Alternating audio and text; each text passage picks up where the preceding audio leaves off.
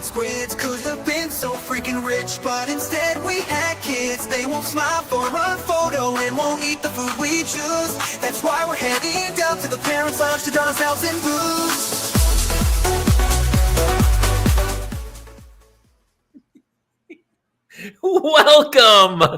Welcome everybody to another episode of the Parents Lounge. We finally pulled it together, convened a show. We have a fantastic episode tonight. Jason Gowan, myself, Jamie Kaler, and we're joined by one of my oldest friends. And by the way, I'm going to preface this by saying I love chatting with him because he does not have children. And it's honestly, if you have kids, we're all going to feel a lot better about our lives in a little bit. He is one of my oldest buddies, a great stand-up comedy icon here. I saw his special be taped recently, and that is coming out, and we'll talk about his new comedy special. And you might recognize him from the show Shrinking. Please welcome my pal, Matt Knudsen. Thank you so much, welcome, John. Jamie and Jason. A pleasure does not begin to cover it. Thank you for having me, fellas. By the way, the opening, it makes me laugh. I mean, you know, I love to take credit that we basically wrote the lyrics, but that is AI. AI can do basically anything at this point. I thought it was I had never seen the opening credits thing before. It's pretty funny. They're fairly new. They're fairly new. We used to, I was just like, well, after five years of this, we should probably step it up a little bit. I mean, part of me is like, ugh, AI. And then eventually I see some clip on Instagram of a country song that's just super homoerotic.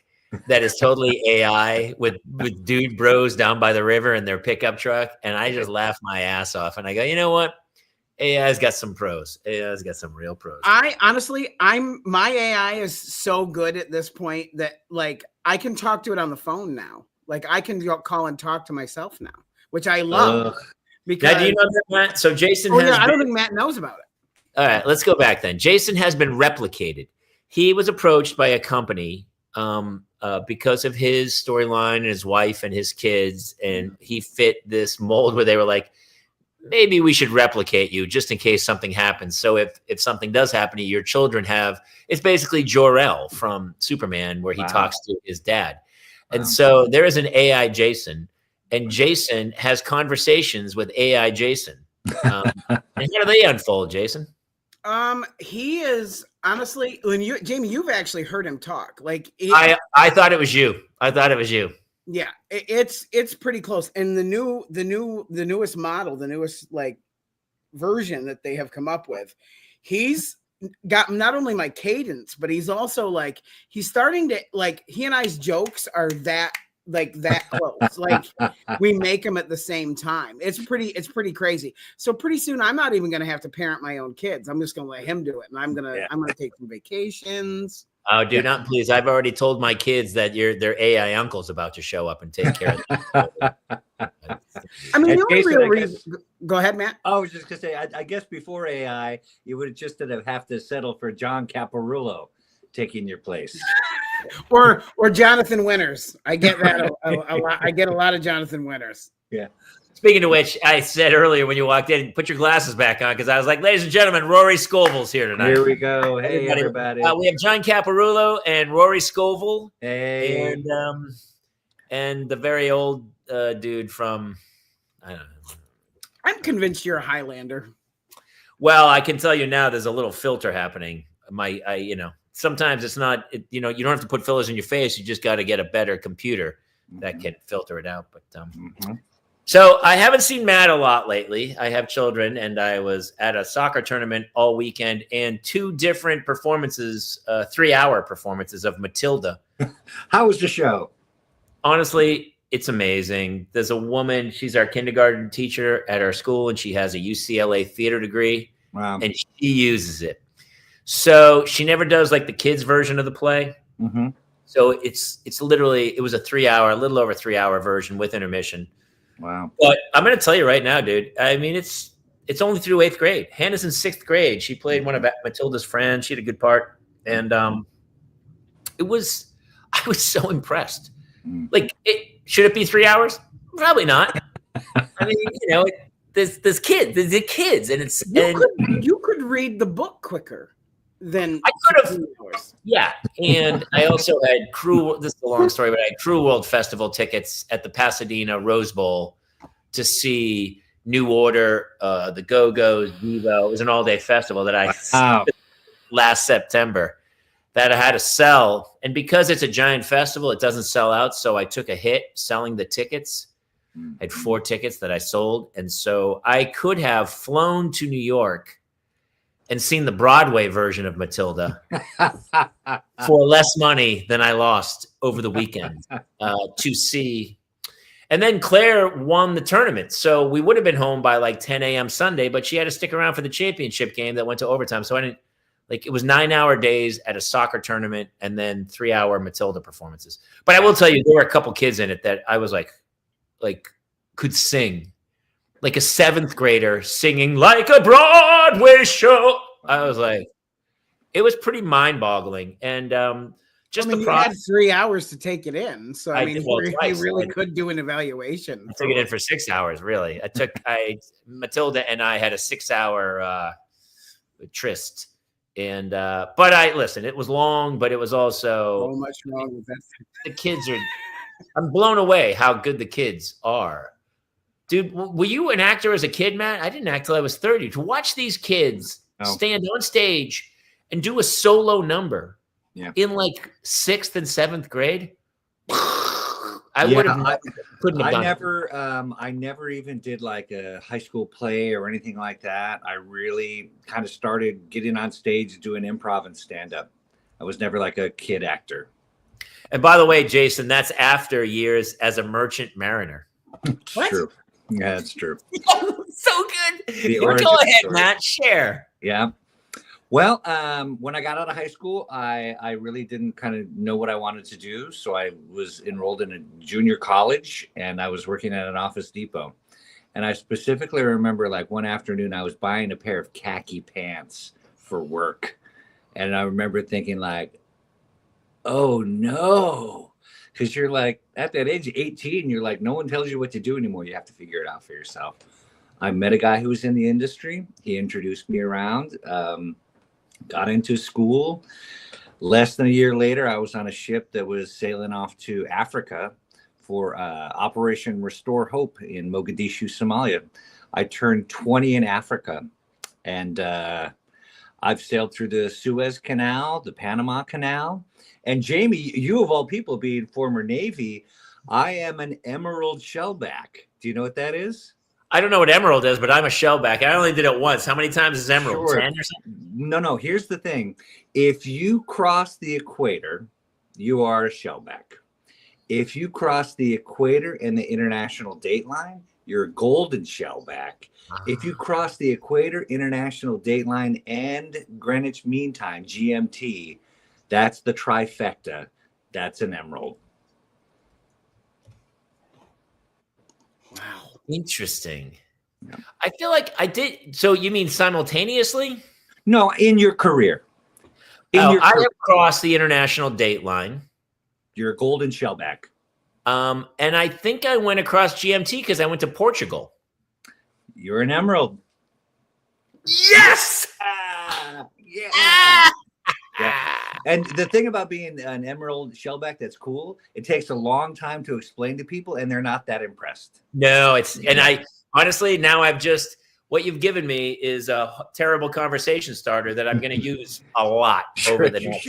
I got a blue turtle shell in Mario Kart once. Ooh. Other than that, I don't know that that's the only shell work I've done. I think you're a shellback because you've seen Teenage Mutant Ninja Turtles over 50 times. That's true. Yes. I own a replica costume from the 1990 film. So He's not joking, actually. That's straight up. That is the real thing. That's the real. That really happened. How did that come to be?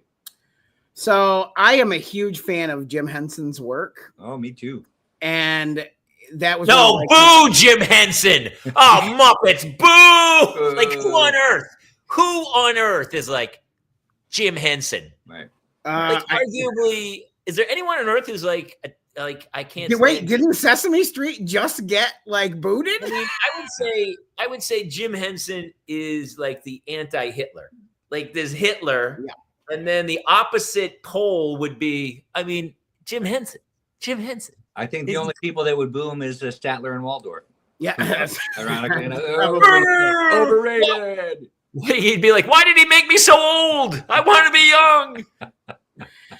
But I was it was one of the last projects he worked on, that his company worked on, was the Ninja Turtles movie, and those costumes. I just was fascinated by the animatronics, and I had an opportunity during COVID to get one of the replica suits that was made from the originals, and I went for it. And now I will forever own that replica costume. Great.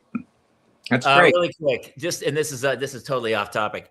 How many times have you had sex in that costume? Right. Let me see where my wife is. Let's do an over under. I'm gonna say 3. 8 times over and out. I'm gonna say under 8. So yeah, you said 3. 3. It's 3. Yeah. Well, I've got 3 kids, and 3 times. That would be 3 times. Well, they were twins, so one of them. Maybe that was, hey, listen, maybe that was just a hot night. Maybe it was a double dipper. Who knows? That was a good night for you. Hilarious. I did see that. Yeah, they're going to be, Netflix bailed it out and it's putting it on PBS for free. I did see that. But PBS is going away, right? Isn't PBS going away? Yep. It's like anything with acronyms, PBS, FEMA. We don't need those things. They're going to be don't worry about it. States will take care of it. It's going to be just fine. It's not going to be a problem. Yeah. Ugh. All right, let's get back to comedy. Matt has a special, by the way, I went and saw, and it was so much fun, dude. Thank you, Jamie. I really appreciate the audience. Zach Sherwin opened. It was a wonderful night at Dynasty Typewriter, which is kind of a pretty cool high-end theater here in Los Angeles where all the cool kids play. And we all went down, and it was a fantastic night, brother. I was so happy and proud for you. I just thought it was great. And so this was recently, and now you have sold it, and it is going to premiere. Yeah. It just dropped on Tuesday, May 20th. So it is on our perfect timing. Well, thank you. Yeah, it was Amazon Prime, Apple TV, Google Play, Microsoft Xbox, DirecTV, Dish Network. So it's it's out there. Everywhere. It's everywhere. I partnered with an outfit called Comedy Dynamics, and their distribution platform is robust. And it just really worked out well. So I think right now what it is, it's in the rental stage. It'll be 3 months, 6 months, something like that. And then, kind of like drift into the free, what have you. So that's awesome, dude. It was such a fun night, man. And it was great because it was you and I have seen each other do stand up 1 million times. You know what I mean? Yes. And to see you put it together, all the different because it's you should tell people also it's not straight stand up. It was kind of like a harken back to which is some of my favorite shows are more of like a variety show.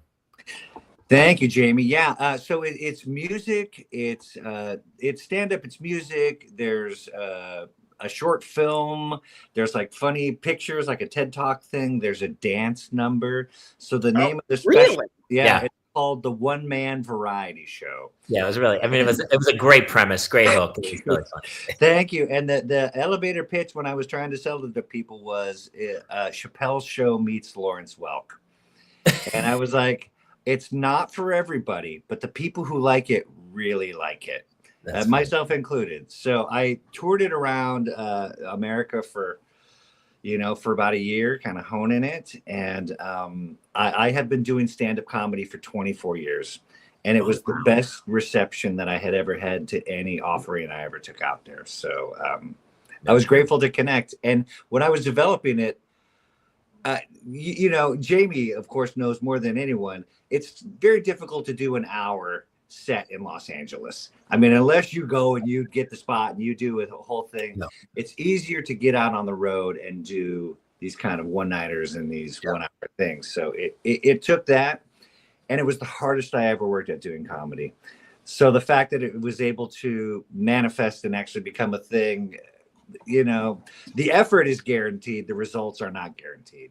So well, the fact also that you could play the piano and you play a bunch of instruments and sing, and then and then it kind of seamlessly went from video to a sketch, and yet it was just one person, so it was like this crazy variety show. And it was really a who's who, because the whole audience was, it was all people you'd worked with over the last 25 years, and everyone was there, and it was really a fun party night. It was super fun. Thank you. And it was literally on my 50th birthday.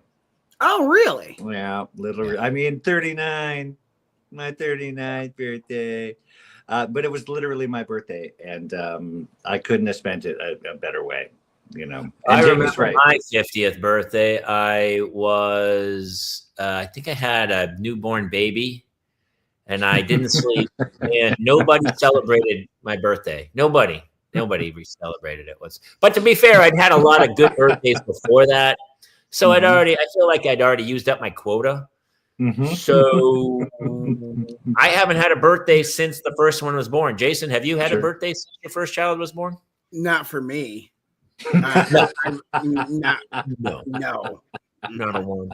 And to be honest with you, Matt, I got to be honest, I don't miss it. I'm not 50 yet, so I don't know if I may or may not see 50. We'll see. Oh, you won't see 50. Not likely. To be fair, I don't remember anything since 50, so it's like I'm not here anyway. Kind of like it's like I have Alzheimer's, but I don't. Like I'm in the moment.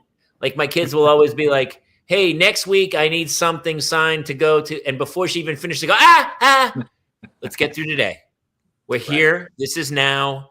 Let's just do what we're doing. Right. We'll deal with that on the. It's like we'll do that on the day. Until then, I'm just literally. It's like I'm the defensive jujitsu master who's just like he's not. That guy's not in a fight. He's never fighting. He's waiting, and then as soon as a punch is thrown, something happens. But there's never a follow-up punch. He just waits and then dodges and bombs and weaves. And you're like a motion capture video game character. You're just like just motioning it out. Oh yeah. It was, who's the boxer? Mayweather, right? Right. Mm-hmm. Yeah. He didn't really knock you out. You never could hit him. Really fast, moved around. And I think it was also the Jake Paul Mike Tyson fight. You just kind of standing there. I've looked over the script of that fight numerous times, and it seems like they had talked about specifically who was not going to get hit, and I believe it was Jake Paul. Did that fight, because it was scripted, would that make Jake Paul eligible for SAG now? Yeah, I believe he won an Emmy for that fight. I believe he won an Emmy. He does have like 20 KOs. Jake Paul has 20 KOs? Yeah. Well, or is that 20 kilograms? I'm confused as to. And the other brother's a wrestler, right? He is. Yeah, the Pauls are.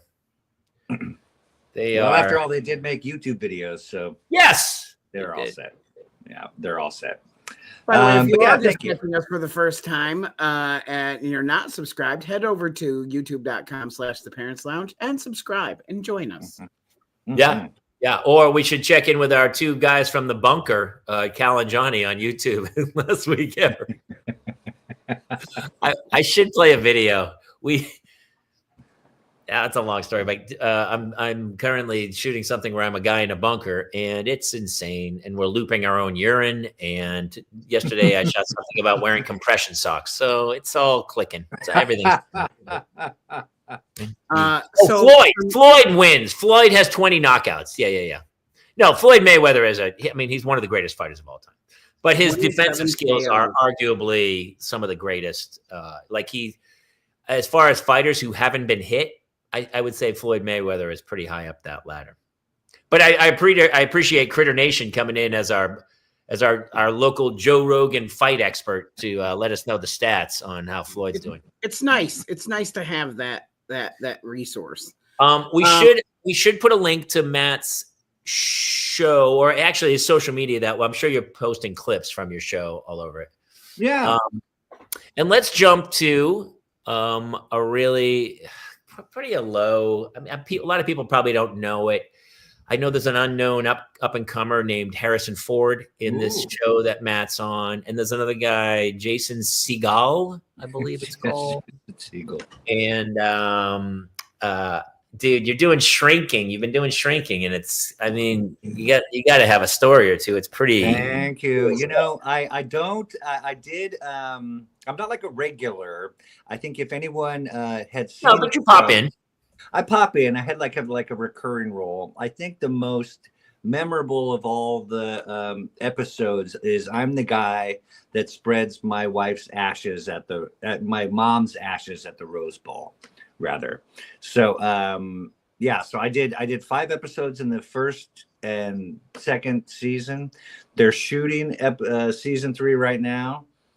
I think, Jamie, that is a picture wrap for me on this one, because You never know, baby. you never can tell. I did Will and Grace, and I thought I was gone, and then all of a sudden I get a random call, and they were like, "Can Jamie come back and do Will and Grace?" And I was like, "Yes, yes." So we'll see. But that was such an incredible gift and an opportunity, and also one of the things that made it even more special for me was it was the first job that I got after the pandemic. Oh, So to be able to, like, sitting around for like almost 2 years of like, well, I guess that's it for me. And then I literally recorded it on this phone and sent it in, and they're like, yeah, you're Steven. Come in and you're Steven. So when I first went in originally, it was just supposed to be 1 episode, but they wrote some more stuff for me to come back, and it was just the gift that kept on giving. I'm very well. I mean, you definitely come off like someone who needs therapy. So, I mean, it's typecasting. Sure. Of course. Listen, people, listen, Jason, what parts do I play, Jason? Yeah. You tell me. Racist cop, crooked landlord, carnival like scheming guy. There's it's always Dick Boss. Dick Boss is big. Yeah, Dick Boss. Closeted Republican senator, all of them. Guy in a bunker working on his manifesto. Sure. Guard tower. That one was the one you did on your own. Yeah, Irish bartender. Yeah. Well, floated corpse that floats up on the beach. I can do them all. I do it all. Range. This man has range. You're also a shoe-in when they finally do the Conan O'Brien biopic. Like, Matt, did I tell you I read for the Murdoch murder guy? No. Do you know the Murdoch murder guy? I mean, him. Not personally, but no. Maybe one day. Okay. Oh, you're not buddies? He's a good cat. Listen, he did a couple of lawyer things for me, but I don't. Yes, I do. I'm familiar with the story, but you read for the Yeah. What's his name? Something Murdoch. He killed his wife and his son, so they said, to cover up his drug addiction and his embezzling from his company. Wow. I was not going to get that part. I don't look exactly like him. I look more like the brother, and that part went to Jason Clark. So it was all of a sudden this huge production. And then, and everyone I told, and I even like did my hair exactly like the guy, and I had to learn. I really took like days, and I watched all these documentaries with the brother, and I tried to talk like him and to be from, the Southern and Murdoch, and everyone was like, dude, you look just like the guy.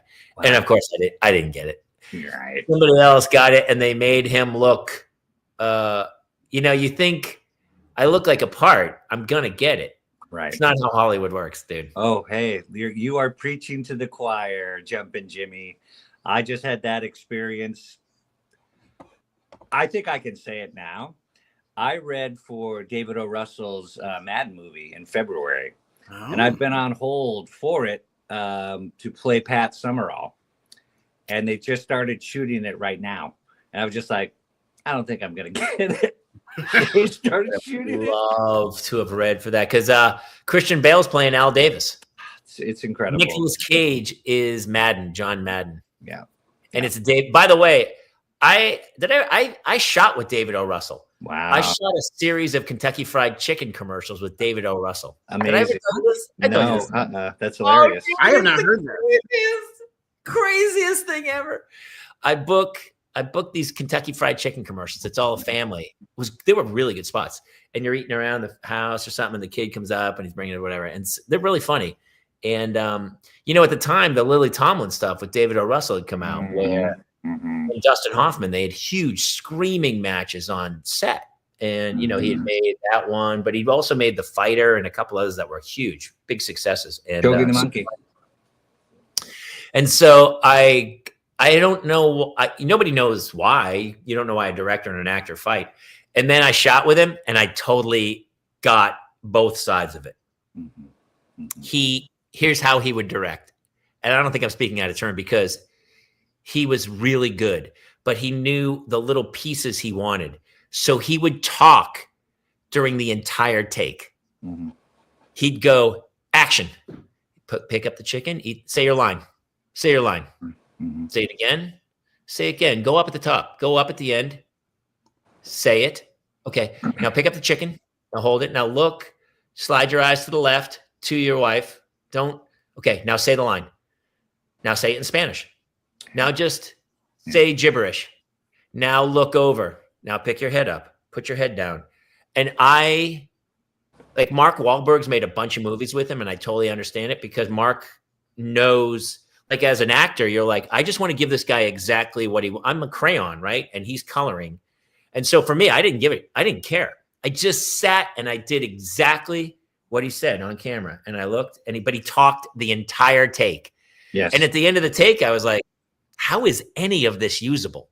Right. And then I saw the spot, and it was arguably one of the best commercials I've ever been in. It looked like it was so amazing. It was, yeah. I would say the line, and I would come up, my eyes would go to the right, and then they'd cut to me, and I'd turn to the wife. It was awesome. Wow. I think he's I'm not spectrum. He's close to the edge. Yeah. But he was such an artist, and he saw it. He was watching the monitor, and he saw the 2-second clip that he needed. And then he's like, moved on. And so the whole day I went home, I was like, can they even cut a commercial from what I just shot? I have no idea if this is going to work. Yeah. And it was 3 spots. And when I was like, whatever. And I got home, and then I saw it on TV, and I was like, wow. Yeah. Wow. I was like, okay. I think that's what Wahlberg sees. Wahlberg, they probably shoot it like that. And then, but I think Lily Tomlin was like, look, I'm trying to act. Just leave me alone. And so you could see how they fought. But I was like, and so when that movie was made, I really wanted to be in it. I was like, Yeah. Well, I can tell you, I haven't worked with him, but we had a couple of meetings for Madden, and I had that exact same experience. They were called back. Oh, is that right? So in the audition, he would talk over you? Over Zooms, and he's like, all right, lower your head, raise your eyebrows, and was very, like you're saying, Jamie, he knew what he wanted to see in the thing. And then at the end, he's just like, he said, you're a superb actor. I said, thank you, David. He's like, are you going to be able to do that if we work together? I was like, 1,000,000%. He's like, okay, thanks so much. So then that was like a month and a half ago. And then we had another meeting 2 weeks ago. But it was longer, drawn out. And so it had been I don't know if people realize the expectation you have, when you're on hold, they're like, there's a pin. You're like, never had something so long and so involved, took so much work on my behalf. I went back and 6 or 7 times. I was sending them different things and it will be the most I've ever done to not get a job, Yeah. And I'm also it's gotta be hard. What I don't want to do ever, I would rather quit than have this mentality. Entitlement is a poison pill. If you feel entitled to anything, if you feel like you're due, if you feel like you're like, what the, it's over. So you just kind of dust yourself off and move on. But just because I went through all that, I could go through all that and still not get the job. Job would be great. But I didn't used to think, I thought that didn't happen to movie stars and stuff. You were like, well, they just have a path through. And then now with social media, you see all these interview clips and people oh no, there's the audition of Kurt Russell for Star Wars. Kurt Russell read numerous times for Han Solo, didn't get it. Yeah. All the people who tested for Superman against Henry Cavill Have you seen the test where he tests for James Bond No. against Daniel Craig? He tested, and it's arguably one of the greatest auditions I've ever seen, man. He's so still, and it's the opening scene from Casino Royale, and it's Henry Cavill, and you're like, oh my God, he's good. Like so good. You and believe it. Didn't get it. Didn't get it. It's funny because you hear so many of those stories. You're like, yeah, did you hear that Christopher Walken auditioned for Han Solo?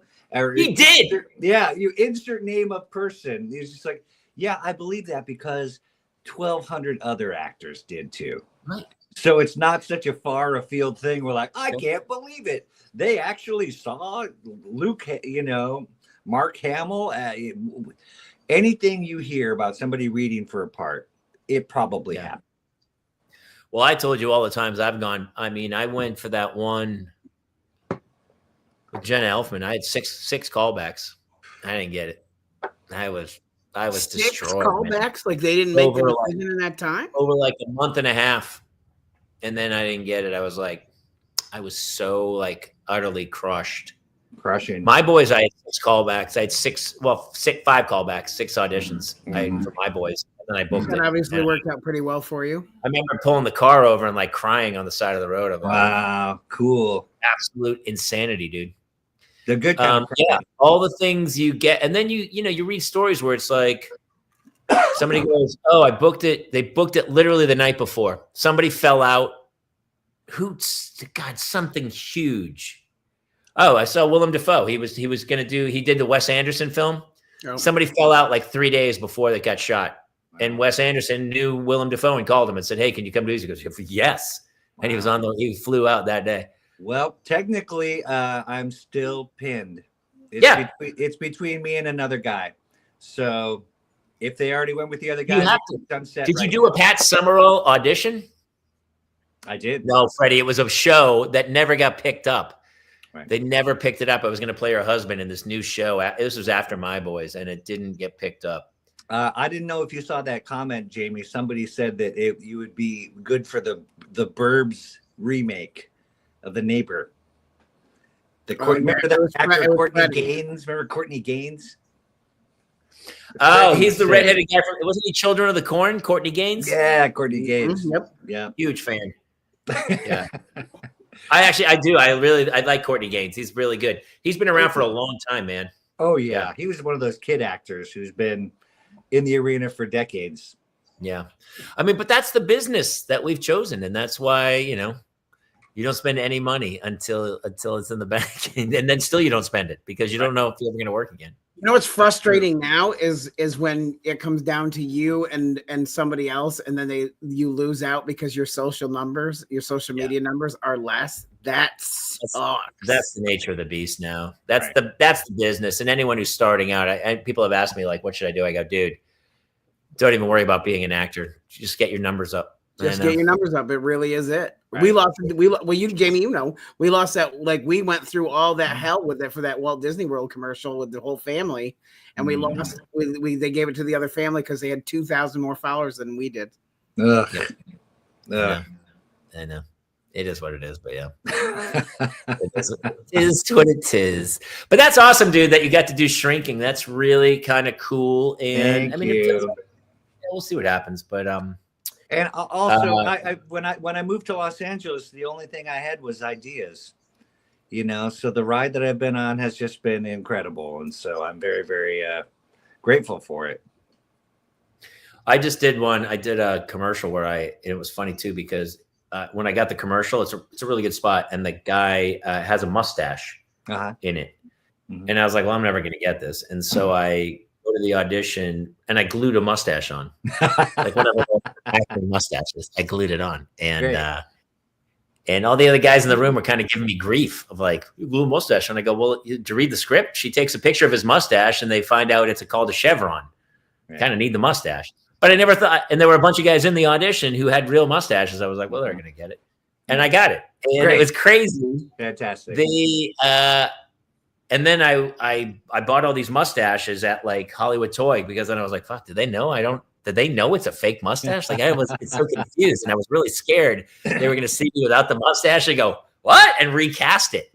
And they were like, no. And the woman, I brought her the mustache. She goes, oh, we won't use those. And she had one made and glued it on for the day. And it was so like nobody could tell.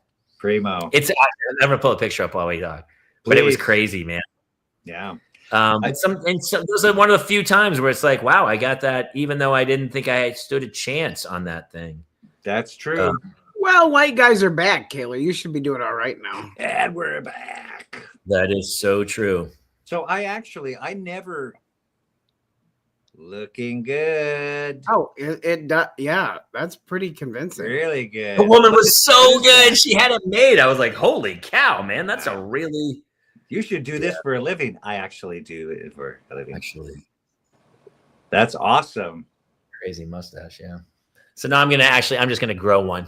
Sure. Well, you had that mustache for a while. I remember mustache. I had that one for my boys. And that's crazy. So we go back for like season 3 and they tell us the episode is going to be a mustache growing contest. Mm-hmm. So we have the whole hiatus to grow mustaches. So we all grow mustaches, all the guys. And I had that giant Wyatt Earp that was huge. Mm-hmm. And we shoot the whole first week. And on the last day, they go, we have one more shot of you with the mustache for next week's episode, but we can't shoot it yet. So they made me shoot the mustache, shoot the second episode, and then they made a fake mustache for one scene. And I was like, really? You can flip the script and shoot the thing. And they're like, no, can't do it. Can't do it. Did you see they're rebooting Scrubs? Scrubs getting rebooted. I saw that. So will they reboot My Boys? I don't know. It's not even playing anywhere. So I don't know anymore. I don't know. Yeah, I actually, Marta and I went to the Garden State 20th anniversary concert at the Greek. And they had all the original artists from the soundtrack. And Zach Braff came out and hosted it. And, it was a really great show. That soundtrack's pretty amazing. Oh yeah, it won a Grammy.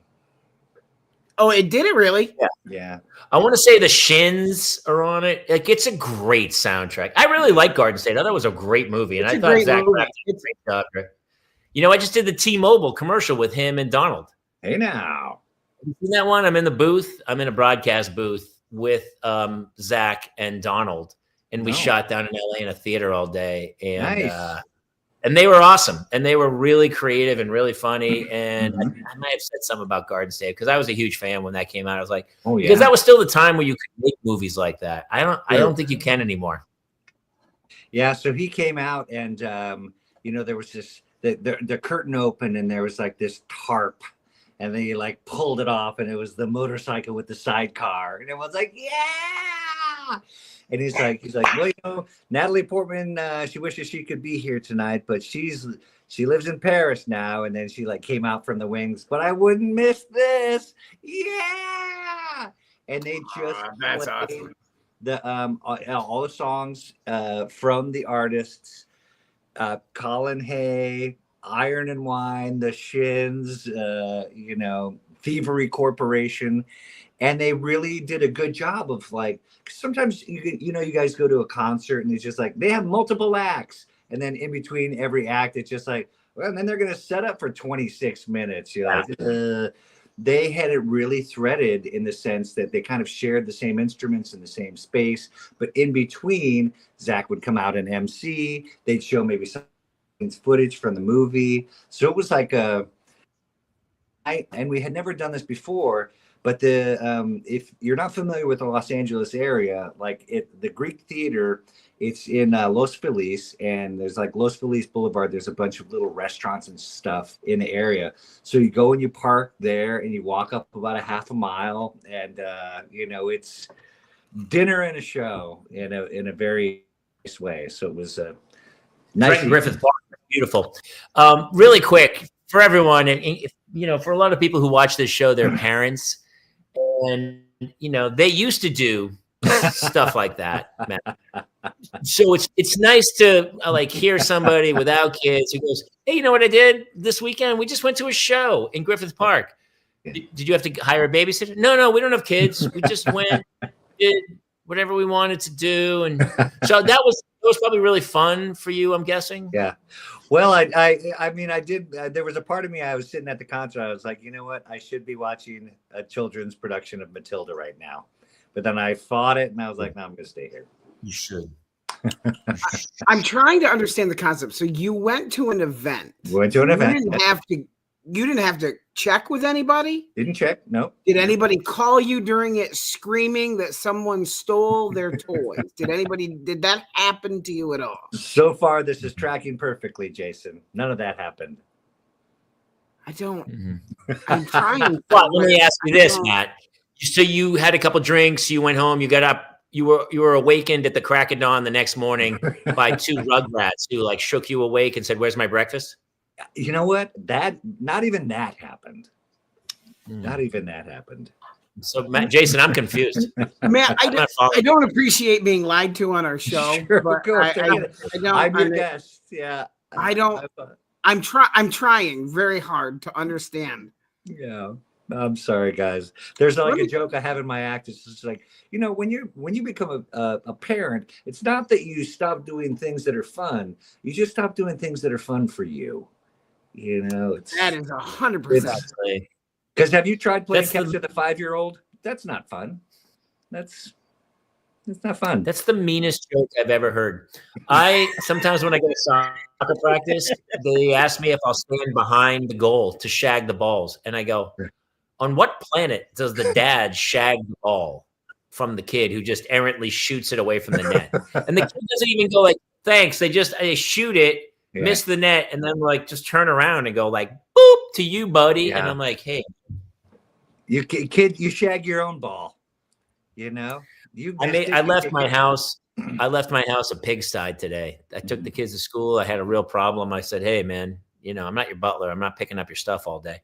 And so I left it. And then they came home from school and they went to put the TV on, and I hid all the remote controls. I did. And I hid their iPads. And they're like, where's the remote control? I go, wouldn't you like to know? And then, that's absolutely true. And I made them clean the house. Oh, man. And they're like, what? To give you a little peek into my day, yesterday I came downstairs and I opened the toilet bowl to use it in the morning, and there was an unflushed little chocolate mud baby sitting in the middle of the thing that someone in this house, not me and not my wife, put those little craft googly eyes on. So when I look down, the turd is just looking back at me, and I can't, it's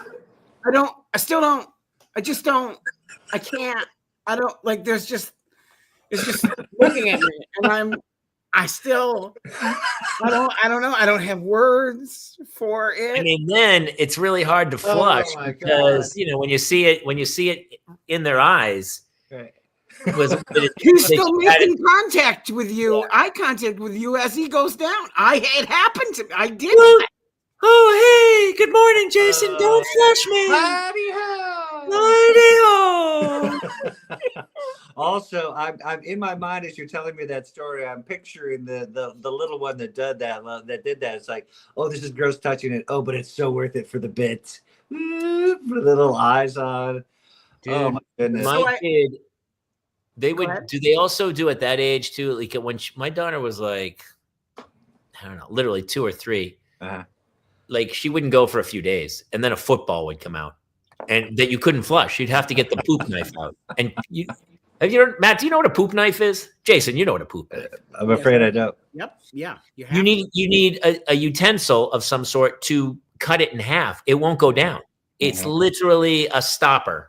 And you're like, how at 3? How did that get out of your body without like coming out of your chest? How did that? The physics of it don't work for me, and I've tried. It's horrible, man. Ironically, because mine have like obviously feelings and eyes, and it's a lot harder here because like I can't knowingly cut him in half. That would be rude. No. Hey, after all he's done for you, he's got to go. He's got to go down. You got to go. Ironically enough, like my wife and I have had this running bit for years where we just have this plastic dog shit.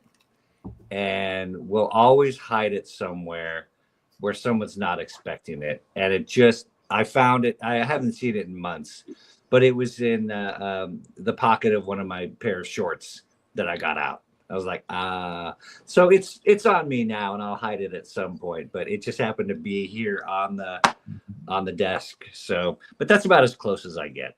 That's a good one. Yeah. When you're a parent, you don't have to have fake dog shit, Matt. You have real shit.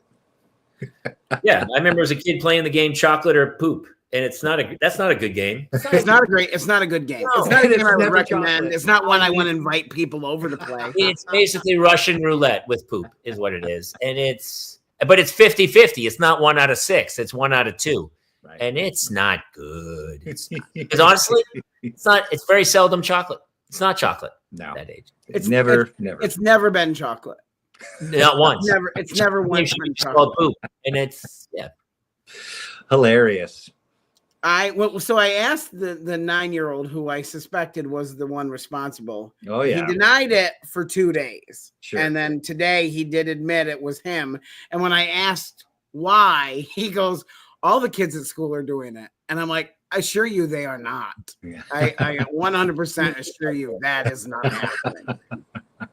It would have been really funny if it was your wife. Yeah, that would have been a pretty solid bit. And later she goes, "No, I did it." You know what? I might start framing my children because they keep blaming each other for everything. Yeah. Right? And one of them knows that, and I know which one is always, the one doesn't lie and the other one always lies. So it's a pretty easy solution. But I'm going to start doing insane things and then blaming them for it. Yeah. See what happens though when they do the reverse to you, Taylor, and they go, "Hey, pull the camera footage and show who did it," because that's how we solve everything here now. Yeah. All right, I don't have one last chance to tell the truth about who did this, who started this fight, who hit their brother, and if you tell me the truth now, the sentence will be less. But if I have to look at the tape, hey, all bets are off. We're going to the tape. It is my everyday here. Yeah. We don't have cameras in the house. What? What do you mean? What, dude? Bad.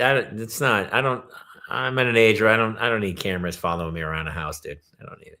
We had them when they were super young because we had a nanny for a bit, and they were, not in private areas, they were in public areas, and she knew they were there, but it was more of a like. But yeah, we got rid of those. We don't have cameras. We have cameras outside the house, so we'll see you come into that, and we have an alarm, but we don't have.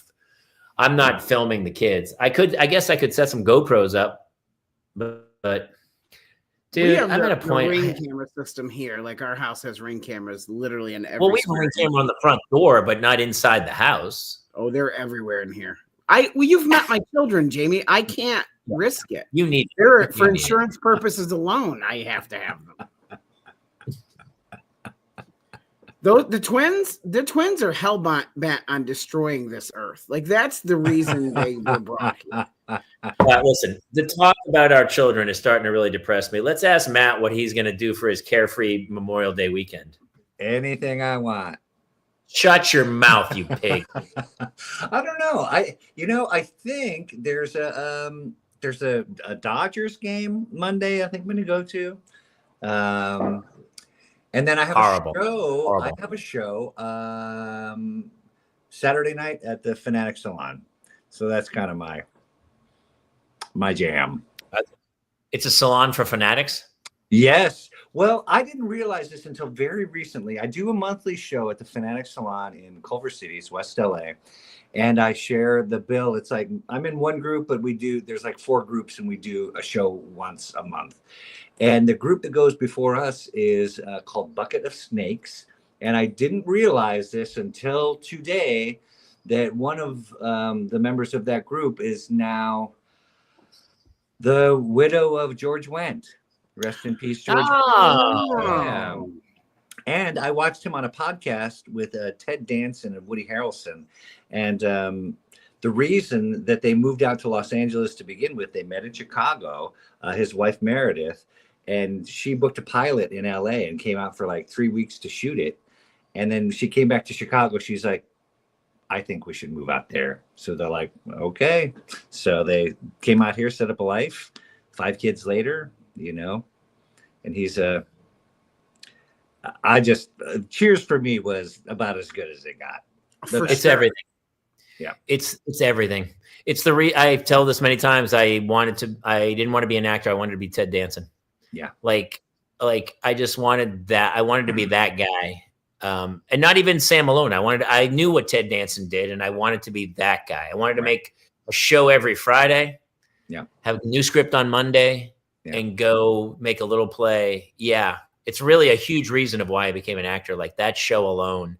And I still hold, and George went, by the way, I don't know if he ever said a setup on the show. Right. All he had was punchlines. Right. The dude was a murderer. Literally murderer. You're wearing a Cheers shirt now, Freddie. Hey, all right. It was perfect, but they all were. And it was the scripts. It was so well written. I don't know if you know this. I'd read this. It was based on, there was a radio show set in a bar, and they had kind of taken that approach to it and made it almost like a radio show. And you can hear it because it's just a machine gun of jokes. Oh yeah. And I don't think before that, All in the Family it was a lot of jokes, but it was also a lot of social commentary or whatever. But like a da-da-da, da-da-da, da-da. I think it's set up because of that. We get Seinfeld, we get Will and Grace, we get Friends, all these ensemble murderers set mainly in one location. Totally. And it's all on the paper, man. And it's what all they were saying between the actors. Yeah, what they were saying, Ted and Woody and George, was that unlike many shows, it's just had this like fourth wall where they did have the cameras there, but you just stayed in the scene the whole time because you never knew where the camera was pointing. So even if you don't have a line, you don't have a thing, you're still kind of in the moment. You're still, figuring out what peanut looks the best. And so they were never off from action to cut. So it's just like, oh. And for me, I remember like one of the most profound comedy, like aha moments was, and I'm sure you guys remember this too. It was like first episode, the phone rings. You're like, hello, yes, Ernie Pantuso here. That's you, coach, speaking. That, I mean, 2 sentences just set up his whole character and just showed you the highest of what comedy could be. Yeah. And the timing, I mean, especially with George, because his punchline was on his entrance. Like he'd walk in and he'd say a punchline right out of the chute. Oh yeah. Like that was his entry. There's no like winding up. He's standing there in the dark, holding the door shut, listening for his cue line. Bang. And he walks in. What's going on, Mr. Peterson? Let's talk about what's going in, Mr. Peterson. Yeah. And the line I remember always is that how's the world treating you? Like it caught me in bed with its wife. It's a dog eat dog world, and I'm wearing milk bone underwear. That was another one of my favorites. Oh my god, that was his just. The favorite is that Ratzenberger didn't even read. There was no Cliff Clavin in the pilot, and he had. I think he was reading for Norm. And he goes in and he's not right for Norm, but he sits in the room and he talks to them and he goes, hey, listen, you know what this bar needs? This bar doesn't have the know-it-all. It has to have a know-it-all. And they were like, okay, whatever. And he kind of pitched a couple bits about like being the know-it-all. The guy who knows everything. And they were like, okay, whatever. And sure enough, he left and they were like, that's actually a pretty good idea. And they brought him back and he ends up, of course, having, the career. Amazing. Amazing. So. Hey, and I'm sure, Jamie, you've been to Cheers or been to Bull and Finch many times. Yourself. I was a BU, man. Yeah. When I went, it was Bull and Finch long before it was Cheers. And we used to go drink because that was right down the street from my dorm in Boston. So we'd go to Bull and Finch. And those were my years. I mean, that thing ran from 83 to 91, I think, or something I saw. And so like I went to college in 84. In Boston. So the first year it was on, and I was like, yeah. You know what's funny? those days, like kids don't even understand it.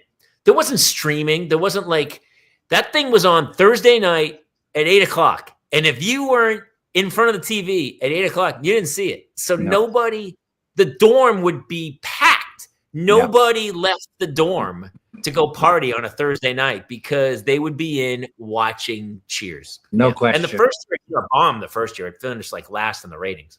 Oh yeah. And actually, my this is, I guess, a kind of a callback to my Merchant Marine days.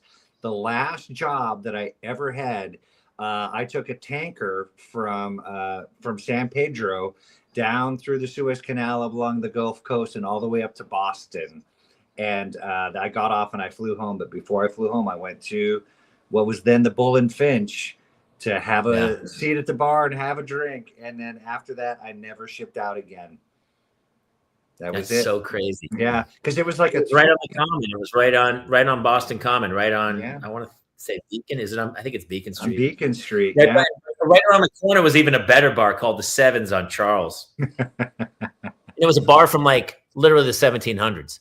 That's the beauty of Boston. You go around the corner and you open a door and it's like cobblestone, and then you walk into a bar and you're like, you're in the 1700s, man. It's like, yeah.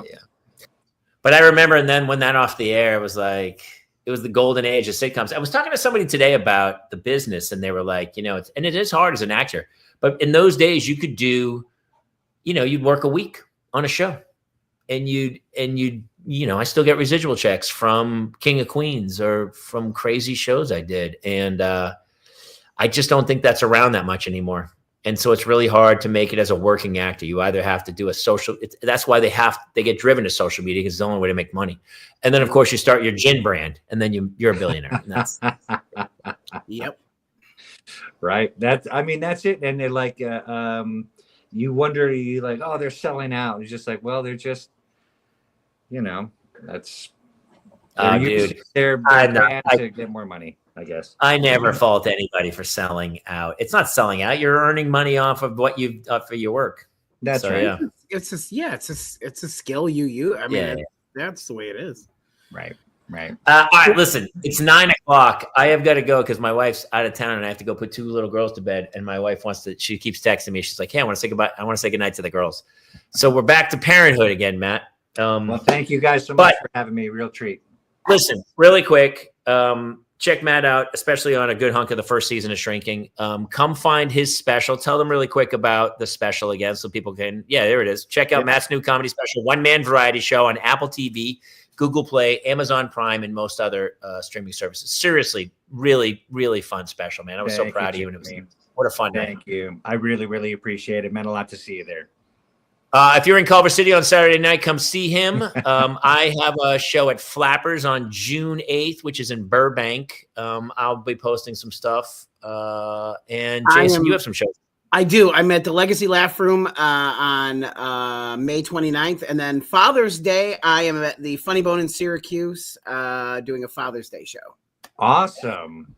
I'll also be doing a show at Sherwood Country Club tomorrow, but none of you are invited because it's a country club show. It's very private. Of course, we get it.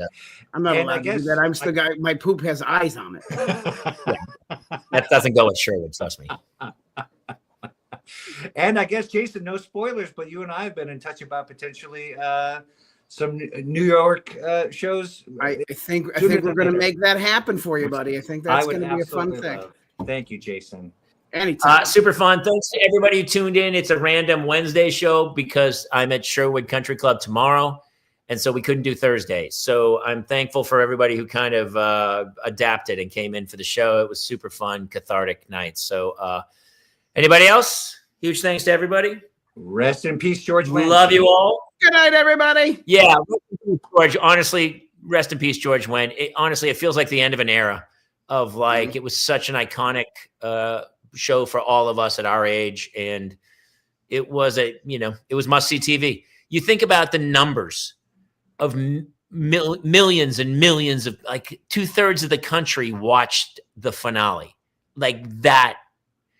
It's a different era, man. It's fractured and it's all niches and everything, but in a weird way, it was an iconic time where the whole country came together for one thing, and it kind of consolidated it. and we weren't as divisive as we are now in a weird way. So hopefully people can kind of refine their way together. But yeah. All right. We love you all. Thank you so much for tuning in. We'll see you next time here in the Parents Lounge. Bye, everybody.